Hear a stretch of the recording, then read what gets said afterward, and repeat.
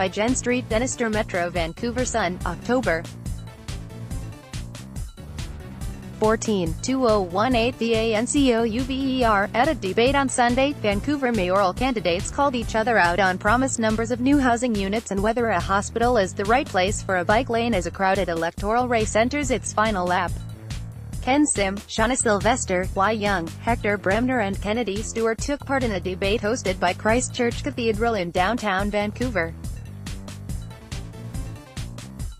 5 Vancouver mayoral candidates debate housing, homelessness and transportation on Sunday.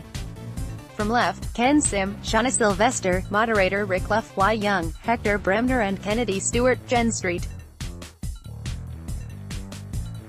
DenisStarMetro. Unlike previous elections, Vancouver's 2018 mayoral race does not break down into two main contenders, one on the right and one on the left. That's left the mayoral candidates jockeying not against one opponent, but 3 or 4. The dynamic also includes several parties, including the Green Party, Own City and the Coalition of Progressive Electors, who have fielded council, park board and school board candidates, but no mayoral candidate.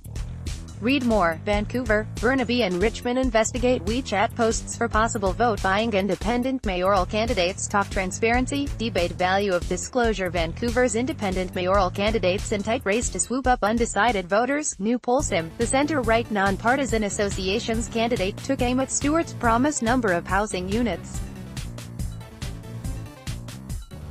Stewart, a former New Democratic Party MP, is an independent whose platform shares many points with Vision Vancouver, the center-left party that has been in power for the past 10 years but is not fielding a mayoral candidate this year and has taken much of the blame for the worsening housing crisis.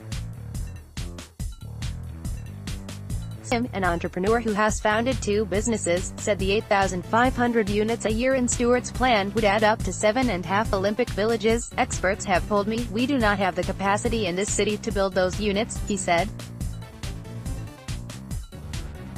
Sim's plan favors deeper neighborhood consultation before adding more density, and allowing homeowners to add a second basement suite as a way of immediately adding more housing supply. Sylvester, a policy-focused independent candidate who heads Simon Fraser University's Centre for Dialogue, also took aim at Stewart's plan to add 85,000 housing units over the next 10 years. Kennedy, there are a lot of numbers in your plan, but what we're missing is the goal. What are we trying to achieve? Sylvester asked. To me, this is what a government is about. You've got to get to a 3% rental vacancy rate, or you need rents or mortgages to pass the affordability test, which is 30% of income. Stewart replied that the city issued 8,000 building permits in 2018. We can do this. A recent poll showed Stewart as the front-runner with 34% of decided voters, followed by Sim, 20, and then Sylvester, 16. However, nearly a quarter of voters remain undecided, according to the October 9 ResearchGo poll. But Sim's conservative, homeowner-focused housing platform is also challenged by Bremner's aggressive plan to allow denser housing in all neighborhoods.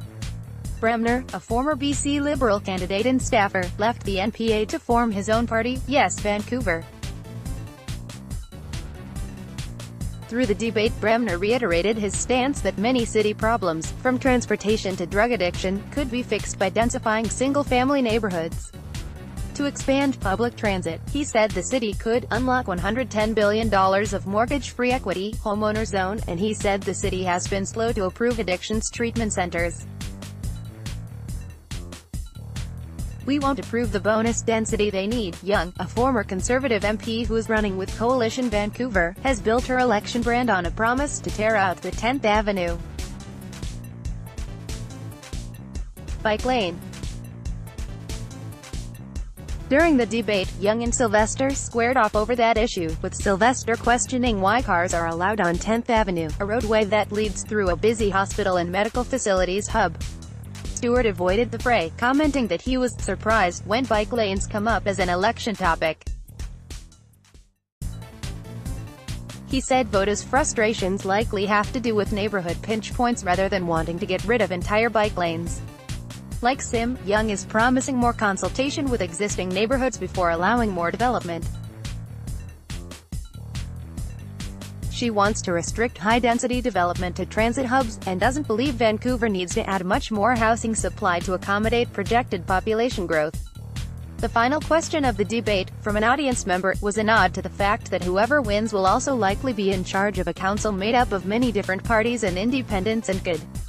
It's a gridlocked council. How will you make it work? The candidates outlined their abilities to work collaboratively and across party lines, with Bremner adding, "This isn't about strategic voting and it's not about right versus left. We don't have to accept A or B. We need to think about younger generation." Election day is October 20th. Jen Street. Denis is a Vancouver-based reporter covering affordability and City Hall. Follow her on Twitter, @JensDenReport, and there are journalistic standards about us top stories, delivered to your inbox. NWSLETTERHEADLINESSIGN up.